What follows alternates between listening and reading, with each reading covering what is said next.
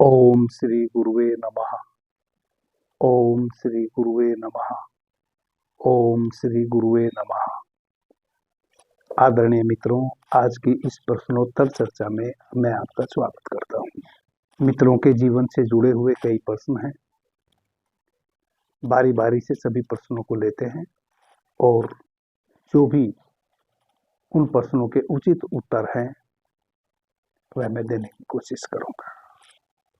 प्रथम निशान जी के कुछ प्रश्न हैं। निशान जी, आप अपना प्रश्न दोहराएं। प्रणाम गुरुजी। प्रणाम। मैं ये जानना चाहता हूँ कि जीवन में दरिद्रता को दूर करने के लिए पानी को अभिमंत्रित करके उसके उपयोग से लाभ कैसे प्राप्त करें? पानी का हम अपने दुख दरिद्रता में कैसे प्रयोग करें, कैसे हम पानी को भावित करके, मंत्रोच्चारित करके अपने दुख और दरिद्र को समाप्त करें, ऐसा आपका प्रश्न है। जी। पानी एक ऐसा तत्व है जिसमें किन्हीं भी चीजों को ऑब्जर्व करने की सबसे अधिक क्षमता है। आदरणीय मित्रों, हमारा यह शरीर 5 तत्वों से निर्मित है: पृथ्वी, जल, अग्नि, वायु और आकाश। 65 से 70% हमारे इस शरीर में पानी व्याप्त है। पानी के बिना हम अपने जीवन की यूं भी कल्पना नहीं कर सकते। पानी एक ऐसा पदार्थ है, एक ऐसा तत्व है जिसमें आप जो भी मिला दे वह उसके जैसा हो जाता है। पानी में आप पीला रंग मिला दें तो पानी पीला हो जाएगा। पानी में आप लाल, हरा, काला, नीला रंग मिला दें तो वह वैसा हो जाएगा। जैसा रंग आप पानी में डालेंगे, पानी वैसे ही रंग का आकार ले लेगा। जैसी सुगंध आप पानी में डालेंगे, वैसी ही सुगंध से पानी भर जाएगा। जैसा स्वाद आप पानी में डालना चाहेंगे, वैसे ही स्वाद से पानी भर जाएगा। पानी एकमात्र ऐसा पदार्थ है, ऐसा तत्व है जिसमें आप जो भी मिला दें वह उसको स्वयं में ऑब्जर्व कर लेता है। आप पानी को दूध में मिला दें, वह दूध के जैसा हो जाएगा।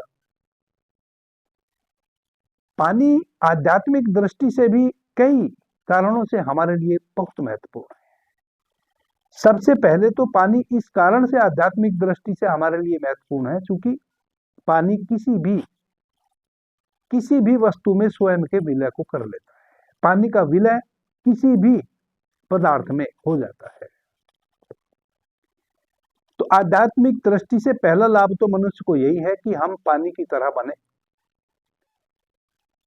हम पानी की तरह स्वयं को सॉफ्ट और निर्मल बनाएं, यानी कि किसी भी प्रकार का अहंकार मनुष्य के पास ना हो, वह पानी से हम सीख सकते हैं। पानी का अपना कोई अहंकार नहीं है। यदि पानी का अपना कोई अहंकार हो तो पानी दूसरे के आकार में कभी भी ना ढले, लेकिन नहीं, पानी में कोई अहंकार नहीं है। पानी के साथ जो भी पानी में मिलना चाहे, जो भी आप पानी में मिला सकते हैं, वह उसके रूप में स्वयं को तुरंत ढाल देता है। दूसरा, हमारे शरीर में 65 से 70% पानी है और जैसे ही उस पानी का थोड़ा सा भी अनुपात घटता या बढ़ता है जो हमारे शरीर में है, हम किसी न किसी व्याधि से ग्रस्त हो जाते हैं। नाना प्रकार से हम पानी को ही भीतर ऑब्जर्व करते रहते हैं। आदरणीय मित्रों, मैंने 7-8 माह पूर्व पानी पे एक प्रयोग बताया था। बहुत सारे मित्रों ने उस प्रयोग से लाभ भी उठाया। मैंने पानी का पूरा मैकेनिज्म उस प्रयोग में समझाया था और कैसे आप अपने जीवन में किसी भी अशुभ को छांटने के लिए पानी को एक विशेष प्रकार से भावित कर सकते हैं और उसका उपयोग कर सकते हैं, यह भी मैंने उन्हें बताया था। लगभग 80,000 मित्रों ने उसको देखा है, सराहा है। उसी से प्रभावित होकर निशान जी ने यह प्रश्न किया है। हालांकि उस समय भी मैं उस विषय पर चर्चा नहीं करना चाहता था, यह मेरा विषय नहीं है। लेकिन ऐसा भी नहीं है कि मुझे किसी विषय की जानकारी नहीं है। मैं भी उस पानी की तरह स्वयं को बना लिया हूं कि जहां भी स्वयं को मैं अपनी चेतना को जोड़ता हूं, वहां मैं उसकी सूक्ष्मता में प्रवेश कर जाता हूं। आदरणीय मित्रों, मेरा एक बहुत ही छोटा सा अनुभव है। जब मैं संन्यास्त हुआ था, यमुना नदी के किनारे मेरा गांव है, जिस गांव में मेरा जन्म हुआ। अभी तो यमुना नदी में केवल बरसात के दिनों में ही पानी बहता है, लेकिन आज से 20-25 वर्ष पहले यमुना नदी में 12 महीने पानी बहता था और यमुना नदी का पानी बिल्कुल नीला स्वच्छ होता था। जीवन का जो शुरुआती मेरे क्षण है, मैंने यमुना के पानी को डायरेक्ट अपने चुल्लू से भर के पिया है और वर्षों तक पिया है। खूब नहाए हैं, खूब यमुना का जल पिया है। उन्हीं दिनों में संन्यास्त हो गया था। जब संन्यास्त हो गया था तो विभिन्न विभिन्न साधना पद्धतियों का अभ्यास मैं कर रहा था। उसी में 2-3 चीजें मेरे अभ्यास में आई। मैंने किसी पुस्तक में पढ़ा कि हम पानी को अपनी भाव तरंगों से प्रभावित कर सकते हैं। जब मैंने यह पढ़ा, मैं बहुत छोटा था। जिस समय की मैं चर्चा कर रहा हूं, उस समय मेरी आयु थी 15 वर्ष। नदी पे प्रतिदिन हमारा जाना होता था। हम खेलते थे, कूदते थे, वहीं ध्यान में किया करता था, वहीं नदी में स्नान किया करता था। सुबह सुबह मैं नदी पहुंच जाता, वहीं स्नान करता, वहीं कुछ समय तक ध्यान करता। यमुना नदी के किनारे में बैठ जाता और चूंकि मैंने सुना था हमारी भावनाओं को पानी सुनता है, तो मैं नदी के किनारे बैठ के एक अभ्यास करता। मैं प्रतिदिन एक संकल्प लेके बैठता, यमुना नदी के किनारे पे पालथी मार के बैठ जाता। यमुना नदी का जो पानी बह रहा होता, उससे करीब 1 से 1.5 फीट पीछे मैं स्वयं को बैठला लेता। और आश्चर्य हुआ एक दिन मेरे जीवन में। मैं भाव करता, मैं आपसे मित्रता चाहता हूं, मैं आपको अपना मित्र मानता हूं। उस कारण से मैं निश्चित आपके दर्शन के लिए प्रतिदिन मैं आता हूं। आपके साथ मैं अठखेलियां करता हूं, नहाता हूं, तरह तरह की कलाबाजियां करता हूं पानी में। मैं तो आपको बहुत प्रेम करता हूं, लेकिन क्या आप भी मुझे प्रेम करते हैं? क्या आप अपने प्रेम का प्रदर्शन करेंगे? यदि आप भी मुझे प्रेम करते हैं, मैं 2 फीट आपसे अलग बैठा हूं, आप मुझे छुएं, आप मेरा स्पर्श करें, तब मैं मानूंगा कि आपका भी मेरे से प्रेम है। और यदि आप ऐसा नहीं करते, तब इसका मतलब आपको मेरे से प्रेम नहीं है। और मैं इस भाव के साथ 6 दिन बैठा और एक समय ऐसा आया, मैंने अपना एक स्थान सुनिश्चित कर रखा था। 1.5 से 2 फीट की दूरी पे मैं पानी से बैठता। पानी जहां बह रहा होता, पानी की जो धारा यमुना में बह रही होती, उससे मैं 1.5 से 2 फीट दूरी बना के बैठता, पालथी मार के बैठ जाता और इस भाव को करता कि मेरी तो मित्रता आपसे है, क्या आप भी मुझे अपना मित्र मानते हैं? आधा घंटा, 1 घंटा प्रतिदिन मैं इस भाव से, मुझे एक अभ्यास करना था। मैंने जो पढ़ा था उसको मुझे अपने अनुभव में लाना था। और चूंकि वह ऐसा समय था जब प्रतिदिन ही यमुना नदी पे जाना होता था, स्नान करना होता था, पवित्र जल भीतर से नीला नीला पीछे से जल आ रहा होता था, कोई धूल का एक कण भी नहीं होता था।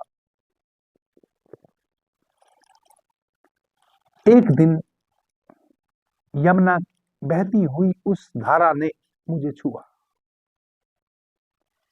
पूरी नदी के किनारे पे कहीं भी धारा 2 फीट नहीं बढ़ी, लेकिन जहां जिस स्थान पे मैं बैठा था, 2 फीट धारा मेरी तरफ बही, मेरे पैरों को भिगाई, मेरे घुटनों को भिगाई। मैं पालथी मारे बैठा था और फिर वापस हो गई। मैंने आंख खोली, मेरी भावना को वह पवित्र जल स्वयं में ऑब्जर्व कर लिया था। मेरी भावना को उस जल ने सुन लिया था और अपनी मित्रता का प्रदर्शन उस बहते हुए जल ने किया। मैं आप उन क्षणों को मैं बयान नहीं कर सकता, मैं कितना आनंदित हुआ, मैं कितना खुश हुआ। मैं उछल उछल के नाचा, मेरे भीतर एक विशेष मस्ती आई जब उस धारा ने मुझे छुआ। तो मैं आज भी उस क्षण को अनुभव कर सकता हूं। ऐसा लगा मानो पूरे संसार का सुख मुझे मिल गया हो। ऐसा लगा जैसे मेरे जीवन में एक बहुत गैप था, एक खालीपन था मेरे भीतर, वह खालीपन अचानक भर गया हो, किसी ने मेरे जीवन में दस्तक दे दी हो, ऐसा मुझे प्रतीत हुआ। आदरणीय मित्रों, उसके पश्चात तो मैंने पानी पे बहुत अनुभव किए और सभी अनुभव सफल हुए। मुझे फिर पता चला पानी के रहस्य का। क्यों हमारे ऋषि मुनि जब भी किसी भी प्रकार की पूजा प्रार्थना करने बैठते थे, संध्या में बैठते थे, किसी भी प्रकार की पूजा या प्रार्थना करते थे, लोटा जल का भर के अपने समीप क्यों रखते थे? सनातन धर्म को मानने वाले लोगों में पानी का आचमन क्यों किया जाता है, जल का आचमन क्यों किया जाता है? आदरणीय मित्रों, आपने अपने घरों में देखा होगा, कोई भी छोटी बड़ी पूजा हमारे घर में होती है, किसी भी प्रकार का अनुष्ठान होता है, शादी होती है, विवाह होता है, उपनयन संस्कार होता है, जितने भी हमारे त्योहार हैं जिनमें हम पूजा प्रार्थना करते हैं, हम एक विशेष मंत्र के साथ पानी का आचमन करते हैं। जब एक नव दंपत्ति का विवाह होता है तो जो विवाह कराने वाले देव होते हैं, जिसको हम ब्राह्मण कहते हैं, वह जब नव दंपत्ति को, एक युवक और युवती को विवाह के बंधन में बांधते हैं, तो मैं सोचा करता था कि बार बार पानी, एक एक चम्मच पानी हाथ में डालते हैं और कहते हैं कि हाथ धो लो। एक चम्मच पानी डालते हैं तो कहते हैं कि इसका आचमन कर लो।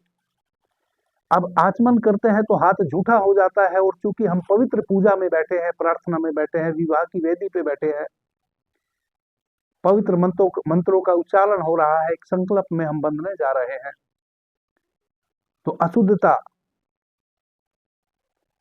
नहीं रहनी चाहिए। लेकिन अभी एक चम्मच पानी से आचमन किया है तो हाथ झूठा हो गया, अशुद्धि हो गई। फिर वह विवाह कराने वाला ब्राह्मण एक चम्मच पानी फिर डालता है और कहता है कि अपने हाथों को धो लो। एक चम्मच पानी से कैसे हाथ धुल जाएंगे? मुझे इन सब रहस्यों का पता चला। एक चम्मच पानी से भी हाथ धुल सकते हैं, यह मुझे 15 वर्ष की आयु में ही पता चल गया था। कैसे धुल सकते हैं? वह जो ब्राह्मण किसी भी पूजा को संपन्न करा रहा है,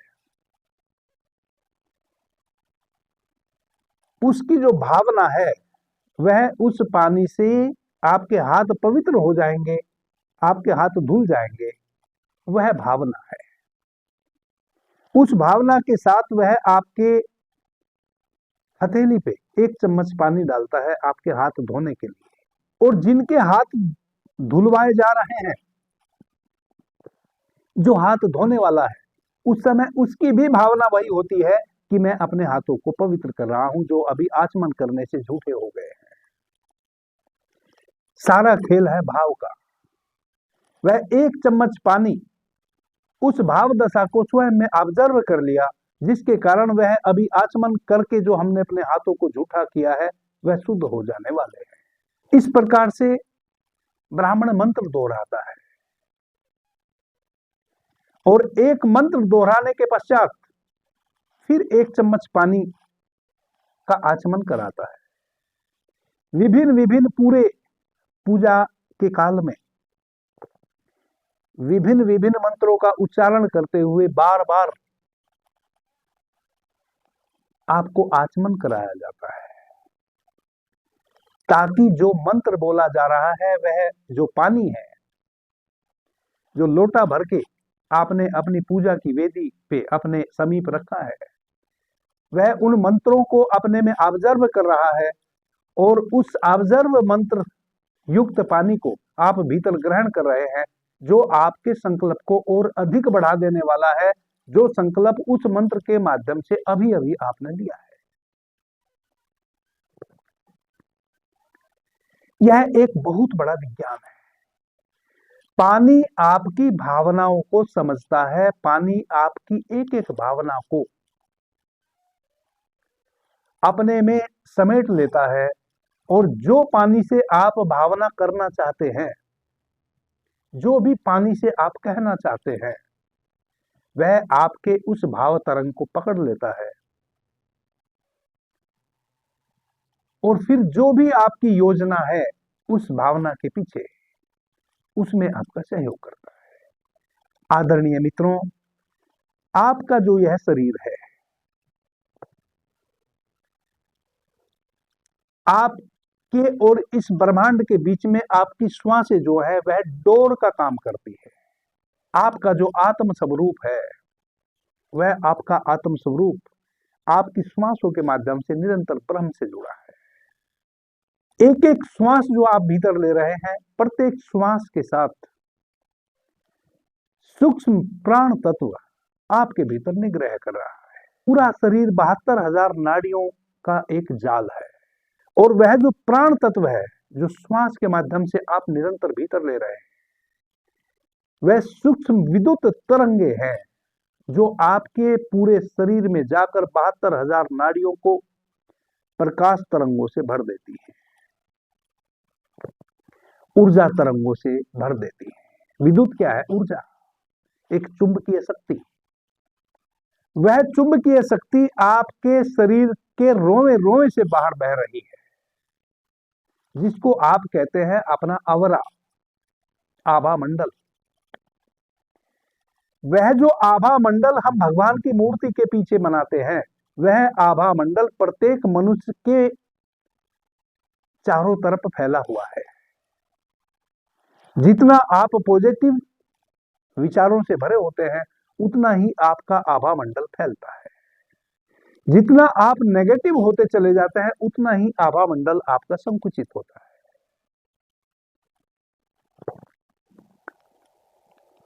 इस आभा मंडल को रूस के वैज्ञानिकों ने बड़ी सूक्ष्मता से इसकी फोटोग्राफी भी की है। क्रिलियन फोटोग्राफी, उस फोटोग्राफी से उन्होंने किसी भी मनुष्य के उस अवरा का फोटो लिया है। उस आभा मंडल का भी उन्होंने फिल्में बनाई है, उसका भी उन्होंने फोटोग्राफी की है। जब आप बुरे विचारों से भरे होते हैं, डरे हुए होते हैं, भयभीत होते हैं, नेगेटिव विचारों से ओतप्रोत होते हैं, तो आपका वह अवरा सिकुड़ जाता है। और जब आपका अवरा सिकुड़ता है, आप नेगेटिव हो जाते हैं, आपके विचार नेगेटिव हो जाते हैं, तो आपको तरह तरह की व्याधियां भी जकड़ लेती हैं। जैसे जैसे आप पॉजिटिव विचारों से भरते हैं, तैसे तैसे आपका वह आभा मंडल भी बढ़ता है, और उस फोटोग्राफी में आपके शरीर के चारों तरफ उस आभा मंडल को स्पष्ट रूप से देखा जा सकता है।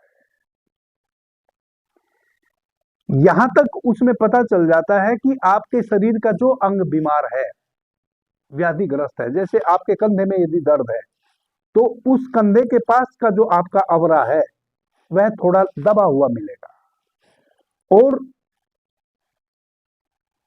वह प्योर व्हाइट नहीं होगा, सफेद नहीं होगा, शुभ्र नहीं होगा, वहां कुछ धब्बे जैसा होगा, जो आपको प्रतीत होगा। जैसे आप एक्सरे निकालते हैं, जैसे एक्सरे में जब आप अपनी हड्डी का, अपनी बोन का एक्सरे लेते हैं, तो जहां भी फ्रैक्चर है, वह एक धब्बे के रूप में स्पष्ट रूप से आपको दिखाई देता है। विद्युत शक्ति निरंतर आपके शरीर में प्रवाहित हो रही है, वह आपके रोए रोए से बाहर झलक रही है, वही आपका आभा मंडल है। जितनी अधिक मात्रा में आप उस प्राण शक्ति को भीतर लेते हैं, उतना ही आपका अवरा बढ़ता है, और अवरा आपके विचारों से भी बढ़ता है। जब आप पॉजिटिव विचारों से भरे होते हैं, तब भी आपका अवरा विकसित होता है, तब भी आपका आभा मंडल विकसित होता है। किन्हीं किन्हीं का आभा मंडल इतना विकसित हो सकता है कि वह 1-2 किलोमीटर तक बढ़ सकता है, किसी किसी व्यक्ति का। आपने देखा होगा कि जब हम किसी सिद्ध पुरुष के पास जाते हैं, तो जहां जंगल में वह सिद्ध पुरुष रहता है, 1-2 किलोमीटर पहले ही आपको कुछ अच्छा फील होने लगता है। आपके पास कुछ जो दबाव था, मानसिक या शारीरिक, धीरे धीरे एक हल्कापन आने लगता है, वह दबाव छटने लगता है। और जैसे जैसे आप उस सिद्ध पुरुष के निकट जाते हैं, या वह सिद्ध पुरुष अब सशरीर हो भी ना, कभी वह सिद्ध पुरुष सशरीर उस स्थान पर रहे हों, आप वह सशरीर है भी नहीं, शरीर छोड़ के वह जा चुके, लेकिन जहां कोई सिद्ध पुरुष अधिक समय तक समय व्यतीत कर लेता है, वह जो पृथ्वी का टुकड़ा है, वह भी इतना पॉजिटिव हो जाता है, इतना उस सिद्ध पुरुष की शक्ति को अपने में ऑब्जर्व कर लेता है। क्योंकि 3 चीजें अपने आप में बहुत ही सभी चीजों को शोषित करने की क्षमता रखती है। सबसे पहले नंबर पे है पानी, दूसरे नंबर पे मिट्टी, तीसरे नंबर पे कागज यानी कि पेड़ पौधे। यह आपकी भाव तरंगों को ऑब्जर्व करने की बहुत अधिक क्षमता रखते हैं। तो जैसे जैसे आप उस स्थान की ओर बढ़ते हैं, तैसे तैसे आपके भीतर एक हल्कापन आ जाता है, और वहां पहुंचते पहुंचते से ही आप दूसरे व्यक्ति हो जाते हैं। कैसे? आपके पास जो दबाव था, जो मानसिक टेंशन थी, वह कब हो जाती है, क्योंकि आप एक पॉजिटिव आभा मंडल में प्रवेश कर गए हैं, और किलोमीटर 2 किलोमीटर पहले ऐसा होने लगता है। वैसे ही जहां कोई अपवित्र भूमि का टुकड़ा हो, जहां बहुत अत्याचार हुए हो पूर्व में कभी, या अभी हो रहे हो वर्तमान में, जैसे जैसे आप उस स्थान की तरफ बढ़ते हैं, तैसे तैसे आप जिस खुशी से, जिस आनंद से उस तरफ जा रहे थे, धीरे धीरे वह खुशी आपकी समाप्त होने लगती है, वह आनंद समाप्त होने लगता है, वह हल्कापन आपका समाप्त होने लगता है, आपके पास एक भारीपन आने लगता है। मनुष्य जितनी भी चीजों का प्रयोग करता है, वह हमारी जो आंतरिक ऊर्जा है, जिसको मैंने अभी आपका आभा मंडल कहा था, जो हमारे भीतर से बाहर विकसित होता है। हमारा आभा मंडल भीतर भी होता है हमारे शरीर में, और बाहर भी होता है, और वह हमारी प्राण ऊर्जा पे ही निर्भर करता है। प्राण ऊर्जा बोले तो विद्युत, एक चुंबकीय शक्ति। तो जितनी भी हमारे उपयोग में आने वाली चीजें हैं, सब हमारी चुंबकीय शक्ति को स्वयं में ऑब्जर्व करती रहती हैं। हमारी जो प्राणिक शक्ति है, उस शक्ति का हास होता रहता है प्रतिपल। जब आप सुबह में उठते हैं, जिस ताजगी के साथ आप सुबह में उठते हैं, जगते हैं बिस्तर पे, क्या वैसी ताजगी रात जब बिस्तर पे आप वापस आते हैं तब भी होती है? नहीं होती, क्योंकि सुबह से लेकर रात्रि तक ना जाने कितने झंझावतों से आप गुजर चुके, कितने प्रकार के अच्छे बुरे विचारों से आप गुजर चुके, स्वयं आपने कितने लोगों को गालियां देने का विचार किया भीतर। इन 12 घंटों में सुबह जगने से लेकर रात्रि तक ना जाने कितने प्रकार के विचारों से आप गुजर गए। और विचार क्या है? आप ही की शक्ति, आपकी मन की शक्ति। धीरे धीरे आपकी मन की शक्ति कमजोर पड़ जाती है शाम होते होते, और यह प्रतिदिन हमारे साथ हो रहा है। तो हमारी ऊर्जा चुकने लगती है, क्योंकि जो भी कार्य हम करेंगे, जिस चीज को भी हम छुएंगे, वही चीज हमारी ऊर्जा को स्वयं में ऑब्जर्व कर लेगी। आप वही व्यक्ति नहीं रह गए, आपका संकल्प क्षीण हो गया। सुबह में जो आपने विचार किया था वह शाम होते होते बदल गया। क्यों बदल गया?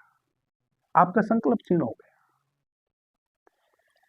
पानी को एक विशेष प्रकार से भावित करके आप उस शक्ति को, आप पानी को इस प्रकार से भावित कर सकते हैं, अपनी शुभ भावनाओं को पानी में प्रेषित करा सकते हैं, और फिर उस पानी का निरंतर आप अपने पे उपयोग कर सकते हैं या दूसरों पे उपयोग कर सकते हैं कि कोई भी नेगेटिविटी सुबह जगने से लेकर रात्रि सोने तक आपको ना छूए। मैं छोटा था, 7 या 8 वर्ष का होऊंगा। मेरे पिताजी बहुत सख्त बीमार हो गए और मुझे नानी के यहाँ से मेरे पिताजी से मिलने लाया गया। वो बिस्तर पे थे। गांव में आयुर्वेदिक परंपरा वाले पहुंचे हुए डॉक्टर मेरे यहाँ थे। वह मेरे पिताजी की चिकित्सा कर रहे थे। आराम उनको जरा भी नहीं था।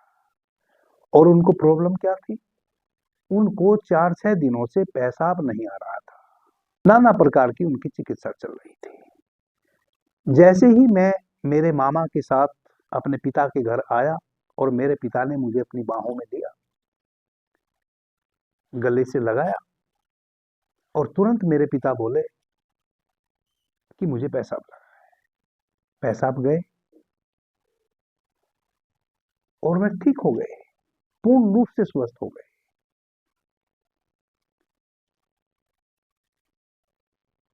वही के वही स्वस्थ हो गए। जो वाटर उनके भीतर एकत्रित हो गया था वह सब डिस्चार्ज हो गया। सारा पानी मूत्र मार्ग से बह गया। उसको कहते हैं जलोदर। जल की मात्रा शरीर में बढ़ जाना। जलोदर की बीमारी मेरे पिताजी को हो गई थी और मेरे पिताजी स्वस्थ हो गए केवल मुझे गोद में भरने से। मुझे बहुत बाद में पता चला ऐसा कैसे हुआ। मैं बचपन से ही विलक्षण प्रवृत्ति का था। जब मैं छोटा था तो बड़ी नहर के पुल पर से जब तक मैं ऊपर से छलांग लगा के ना जल में कूदूं तब तक मुझे स्नान करने में मजा ही नहीं आता था। बाद में तो मेरी हैबिट वैसी हो गई कि मैं कुएं में ऊपर से छलांग लगा के कूद के नहाने लगा। पहले एक रस्सी बांध देते, उस रस्सी के सहारे फिर कुएं से बाहर निकल जाते और कुएं में ऊपर से कूद कर नहाने की मुझे आदत बन गई थी। यह सब मैं उस समय तक की चर्चा कर रहा हूं जब मैं 15-16 वर्ष का हो गया था। यह सब विलक्षणता थी। पानी मुझे आकर्षित करता था। पानी से मेरा एक विशेष नाता था, लगाव था। आदरणीय मित्रों, कुछ चीजें आपके साथ भी जाने अनजाने घटती रहती हैं। मेरे साथ भी वह घट रहा था। मेरे पिता ने फिर मुझे मेरे मामा, मेरी नानी के यहाँ नहीं जाने दिया। इस कारण से ही बाद में उन्होंने फिर मुझे संन्यास लेने से नहीं रोका, क्योंकि वह समझ गए थे कि मेरे घर में जो मेरा पुत्र है वह हमारे काबू में नहीं है। उसको हम अपनी आदतों में नहीं ढाल सकते। मुझे भी आश्चर्य होता था कि मैं ऐसा क्यों हूं। पेड़ की चोटी तक चढ़ जाना, खजूर के पेड़ पे ऊपर तक चढ़ जाना, जहां भी बहुत खतरा हो सकता है उन सब खतरों में मुझे बिल्कुल कोई भय नहीं होता था। मेरी उंगली में सांप ने काट लिया। इस उंगली में सांप ने काटा हुआ है, ये कटी हुई है, यदि आपको दिख रही हो। मैंने उसको लटकाए रखा। मैं उससे यही पूछ रहा था कि क्यों, ऐसा क्या, मेरी क्या गलती है, क्यों मेरी उंगली आपने पकड़ी? और फिर सांप को छुड़ा के फेंक दिया। सांप चला गया। जब सांप ने मुझे काटा, ट्यूबवेल चल रही थी सिंचाई के लिए। जो किसान ट्यूबवेल से पानी निकालते हैं, पंपिंग सेट जिसको बोलते हैं, इस पानी में अपनी उंगली को डुबाया और मैंने भाव किया कि मेरा सारा जहर पानी अपने में शोषित कर ले रहा है। और मेरी उंगली का सारा जहर जो सांप ने मुझे काटा था, सारा पानी ने अपने में ऑब्जर्व कर लिया और मेरा कुछ भी नहीं बिगड़ा, कुछ नहीं हुआ। मैंने 4-6 दिनों तक अपने घर आके बताया भी नहीं कि मुझे सांप ने काटा। मैंने कहा कि वो छिल गया। उंगली जो कटी हुई है, निशान आप देख सकते हैं, ये यहाँ पे ये। तो मैंने कहा कि मैं खेल रहा था, छिल गया। क्यों? क्योंकि जिस स्थान पे सांप ने मुझे काटा उस स्थान पे मेरा जाना परिवार वालों की तरफ से वर्जित था। मैं चोरी से वहां गया था, वहां खतरा था, जंगल था घना, गीदड़, भालू ये सब रहा करते थे उन दिनों। यमुना नदी का किनारा, पेड़ ही पेड़ दूर दूर तक। तो पानी ने मेरे उस विष को अपने में ऑब्जर्व कर लिया। इसीलिए मैं आपको यह कहानी सुना रहा हूं। पानी से मेरा एक ऐसा रिश्ता रहा कि मेरे पिताजी को जो जलोदर था, मेरे स्पर्श से वह जलोदर उनका ठीक हो गया। तुरंत उनको वाटर डिस्चार्ज हो गया। आदरणीय मित्रों, पानी मनुष्य की एक एक भावना को समझता है। अब पानी को आप भावित कैसे करें और आप उसका लाभ कैसे लें विभिन्न विभिन्न कार्यों में, उसके मैकेनिज्म को, उसकी साइंस को समझें। सबसे पहले तो आप एक विशेष मंत्र से पानी को भावित करें। अपने मंत्र को, आपकी जो इच्छा है, जो भी मंत्र आपने बनाया है, उसको पानी में ऑब्जर्व कराएं। दूसरे नंबर पे जब आप उस पानी को ऑब्जर्व इस प्रकार से करा के उसको ग्रहण करेंगे या दूसरे को ग्रहण कराएंगे तो उसका क्या चमत्कार होगा? क्योंकि 65 से 70% आपके शरीर के भीतर भी पानी है। आप उस एक लोटा पानी को या एक गिलास पानी को अपनी विशेष भावना से भावित करके जब स्वयं ग्रहण करेंगे या किसी और को आप ग्रहण कराएंगे तो उस व्यक्ति के शरीर के भीतर जो 60 से 70% पानी है, जल है, वह टोटल जल उस भावना से भर जाएगा। और जब आपके शरीर का 60 से 70% पानी एक विशेष भावना से भर जाएगा, आपके मन के विचार बदल जाएंगे, आपके शरीर की ऊर्जा की नेचर बदल जाएगी। आपके भीतर से नेगेटिविटी छटनी शुरू हो जाएगी। आप उन दिशाओं में जाने लगेंगे जिन दिशाओं से आपको किसी भी प्रकार का लाभ प्राप्त होना है। ऑटोमेटिक आपको वह चीजें अपनी ओर आकर्षित करने लगेंगी जिन चीजों से आपको लाभ मिलने वाला है। चाहे वह आपके जीवन में किसी भी प्रकार का दुख हो, कष्ट हो, धन की कमी हो, स्वास्थ्य आपका ठीक ना हो, जो भी आपके जीवन में वीकनेस है, जिस चीज की भी आपके जीवन में कमी है, उस तरफ आप ऑटोमेटिक आकर्षित होने लगेंगे। जैसे चुंबक लोहे को अपनी तरफ खींचती है, वैसे ही आपके भीतर जो 65 से 70% जल है और उस जल को आपने पूरा का पूरा एक्टिवेट कर लिया है अपनी एक विशेष भावना से, विशेष भाव तरंग से। और यह जो पूरा ब्रह्मांड है, जो हवाएं हैं, जो वायु है, उसमें भी आर्द्रता है, जल है। वह आपका जल, आपका जो 65-70% जल है आपके भीतर, वह आपकी विचार को बदल देगा, भाव दशा को बदल देगा। अब तक जहां आप शंका करते थे कि यहां इस कार्य को करूं ना करूं, करूं ना करूं, वह करूं ना करूं की स्थिति में आप कुछ नहीं करते थे। अब आपको सुस्पष्ट होने लगेगा, आपको भीतर से संदेश मिलेगा कि नहीं, इस कार्य को करो, यहां से मुझे लाभ प्राप्त होना है, और आपको लाभ प्राप्त होगा। तो आदरणीय निशान जी,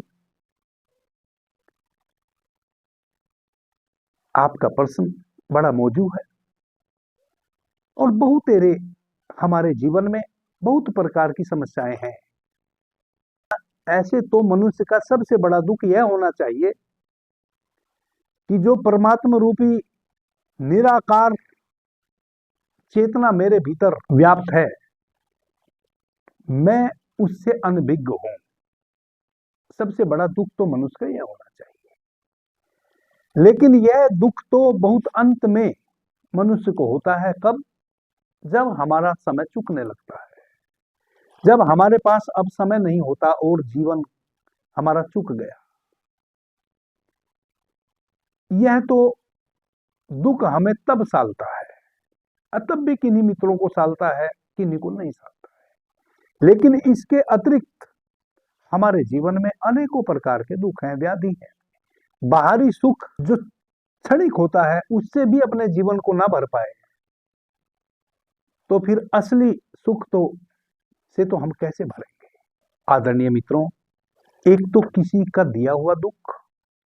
जितने भी कार्य आप करते हैं, किसी भी प्रकार का कोई कार्य है जो आप अपने अर्थ उपार्जन के लिए दुकान करते हैं, नौकरी करते हैं, व्यवसाय करते हैं, कुछ भी उद्योग करते हैं, आपकी आजीविका चलती है, का आजीविका का साधन है। आप कोई भी कार्य करते हैं, पूरा नहीं होता, शक्ति का ह्रास हो जाता है, आप थक जाते हैं। वहां अत्यधिक श्रम की जरूरत थी, आप वहां तक नहीं पहुंचते, आपकी शक्ति थक जाती है, चाहे वह शक्ति पैसे की हो या शरीर की हो। कई बार हम पैसे की शक्ति, यानी कि कोई कार्य हमने शुरू किया, उसमें 100 रुपए से वह हो जाने वाला था, लेकिन 110 रुपए खर्च हो गए और अभी भी वह पूर्णता के करीब नहीं पहुंचा, तो वह 110 रुपए भी हमारे गए, कार्य पूर्ण हुआ नहीं। तो किसी भी इस प्रकार के कार्य में यदि आपके जीवन में कोई रुकावट है, तांबे का छोटा सा लोटा ले लें जिसमें 100-200 ml पानी आ जाए। जो भी आपका ध्यान कक्ष है, उस ध्यान कक्ष में बैठ जाए।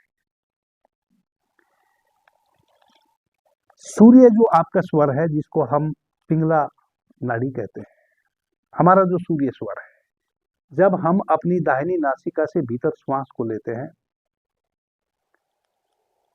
तब हम प्राण के तल पे बहुत शक्तिशाली होते हैं। जितने भी शक्तिशाली कार्य हमें करने हैं, शक्ति रूपा कार्य हमें करने हैं, जिसमें हमें शक्ति की आवश्यकता हो, वह हमें सूर्य स्वर में करने चाहिए। क्योंकि जब हमारा सूर्य स्वर चल रहा होता है, उस समय हमारा बायां मस्तिष्क का गोलार्ध कार्य कर रहा होता है, जो प्राण के तल पे हमें बहुत स्ट्रॉन्ग बनाता है। वैसे समय पे यदि हम शक्तिशाली कार्य करेंगे, हम थकेंगे नहीं, हम उस कार्य को पूरा कर लेंगे। इतनी ऊर्जा हमारे भीतर होगी, हमारे पास जितना ऊर्जा हम खर्च करेंगे, उतनी ही ऊर्जा हमारे सूर्य स्वर से हमें वापस मिलती रहेगी। शक्ति का कोई ह्रास नहीं होगा, कमी नहीं होगी, हम उस कार्य को पूर्ण कर लेंगे। शक्ति रूपा कार्य से मेरा मतलब है, आपके जीवन में धन की कमी है, या आपका बिजनेस सही नहीं चल रहा है, आपकी दुकान ठीक नहीं चल रही है, आप जिस कंपनी में कार्य करते हैं आपकी प्रोन्नति नहीं हो रही है, या आपके वहां प्रतिस्पर्धी बहुत है, आप एक संकल्प लीजिए, अपने ध्यान कक्ष में बैठ जाइए। सूर्य स्वर जो आपका है, उसकी दिशा कौन सी है? उत्तर और पूरब।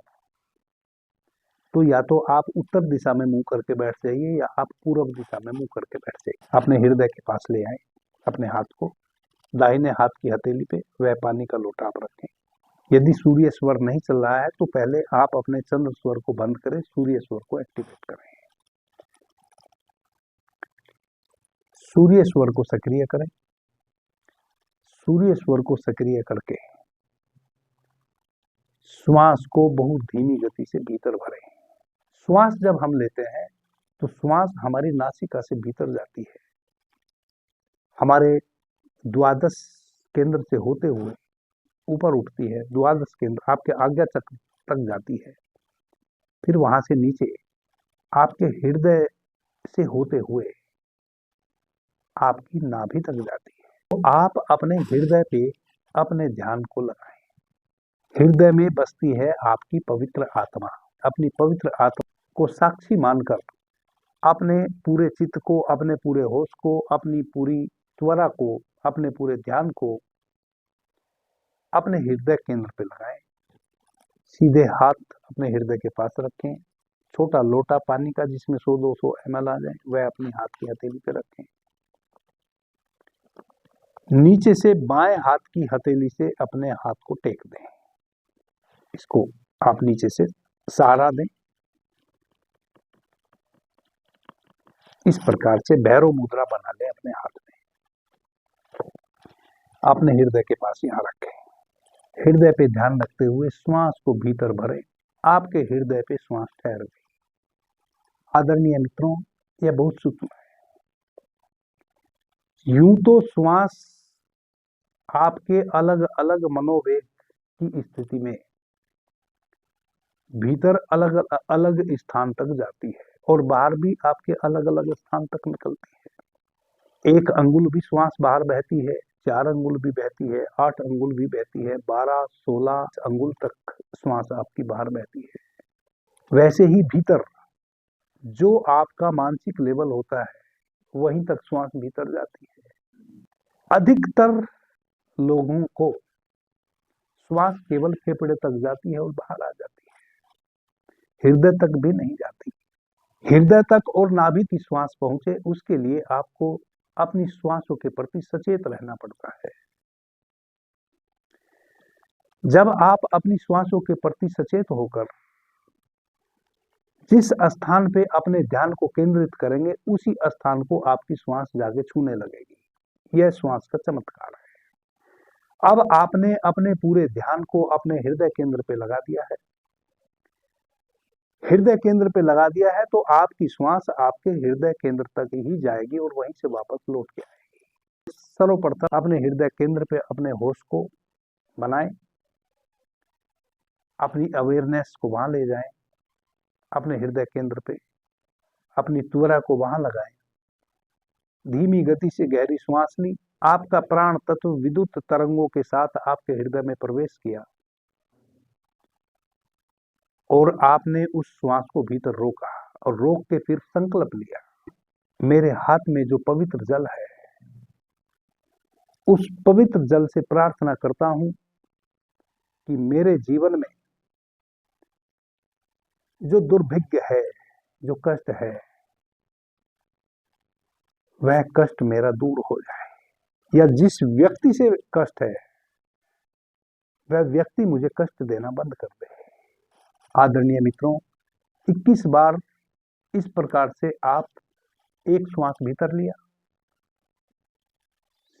हृदय कमल पे आपका ध्यान है, वहां आपकी आत्मा बसती है। अपनी आत्मा को, अपने हृदय को साक्षी मानकर आप अपने हाथ में रखे उस पवित्र जल से आह्वान करते हैं कि मेरे जितने भी कष्ट हैं, जो भी मेरे जीवन में बाधाएं हैं, मैं आपसे प्रार्थना करता हूं आप मेरा कवच बने, मेरी वह सभी बाधाएं दूर हों। यह संकल्प लें।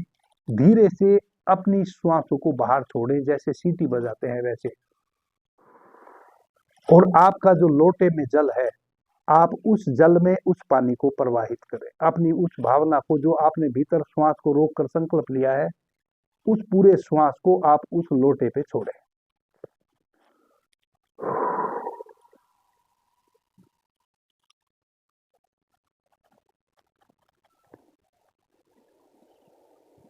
पुनः फिर वापस श्वास भरें। श्वास को फिर अपने हृदय केंद्र पे रोकें, फिर संकल्प लें, फिर उस संकल्प को प्रवाहित करें अपने हाथ में रखे जल को। इस प्रकार से 21 टाइम आप उस जल को प्रवाहित करें। उस जल में अपनी भावनाओं को प्रवाह करें। अब उस जल का क्या करें? उस पवित्र जल को सर्वप्रथम तो स्वयं ग्रहण करें। जब आप उस जल को ग्रहण कर रहे हो तब आप संकल्प लें कि मेरे भीतर जो 60 से 70% जल है, पानी है, और यह जो पवित्र जल मैं भीतर ग्रहण कर रहा हूं, यह मेरे उस पानी में शक्ति का कार्य करेगा और मेरे भीतर का जो जल है वह जल भी अब पवित्र हो गया है। दूसरे आपके किसी सगे संबंधी मित्र को समस्या है, उसको भी आप अपने से भावित करके उस जल को ग्रहण करा सकते हैं। अपने घर में चारों तरफ उस जल का छींटा लगाएं ताकि कोई भी नेगेटिव एनर्जी आपके घर में बाहर से प्रवेश ना करे। अपने परिवार वालों के ऊपर भी उस जल का आप छींटा लगाएं। अपनी दुकान में, अपने किसी भी व्यवसाय में, अपनी नौकरी में उस जल का छींटा लगाएं।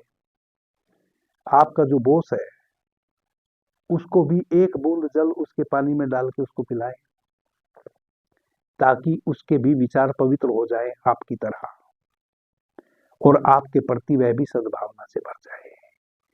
किसी के लिए भी कभी भी बुरा विचार ना लाए। हमारा भी अच्छा हो, सबका अच्छा हो।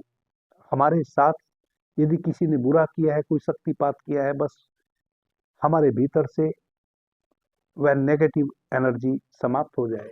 इस प्रकार से आप इस जल का प्रयोग कर सकते हैं और इसके निश्चित रूप से लाभ मिलेंगे। और जब आप स्नान करें, एक चम्मच पानी अपनी उस एक बाल्टी पानी में डाल के उसी पानी से स्नान करेंगे, वह पानी चारों तरफ से आपके लिए एक प्रोटेक्टर बन जाएगा, एक कवच निर्मित कर लेगा। आपका जो आभा मंडल है उस आभा मंडल को बाहर से भीतर से पवित्र कर देगा। आपके समक्ष अच्छे अच्छे विचार आने लगेंगे, आपको स्वयं भी अच्छे विचार आने लगेंगे। आपके निकट जो भी व्यक्ति आएगा वह किसी भी गलत उद्देश्य से आ रहा हो, जैसे जैसे आपके निकट आएगा उसका उद्देश्य चेंज हो जाएगा, उसके भी विचार आपके पास आते से ही आपके प्रति कम से कम पवित्र हो जाएंगे। यदि वह आपको नुकसान पहुंचाने के उद्देश्य से आपके निकट आ रहा था, उसका भी आपके निकट आते आते मन बदल जाएगा। इस प्रकार से आपके जीवन से सभी प्रकार के दुर्भिक्ष समाप्त हो जाएंगे। इस प्रयोग को आप प्रतिदिन, सूर्य का जो दिन है वह है शनिवार, मंगलवार और रविवार, आप इन 3 दिनों में इस प्रयोग को कर सकते हैं। अभी के लिए इतना ही। आपने मुझे ध्यान से, प्रेम से सुना, उससे मैं बहुत अनुग्रहित हूँ। आप सभी के जीवन में किसी भी प्रकार का दुर्भिक्ष ना रहे, सबके जीवन से कष्टों का निवारण हो, ऐसी मैं परमपिता परमात्मा से प्रार्थना करता हूँ। आपने मुझे ध्यान से सुना, प्रेम से सुना, उससे मैं बहुत अनुग्रहित हूँ। अंत में सभी को प्रणाम। जय श्री राम।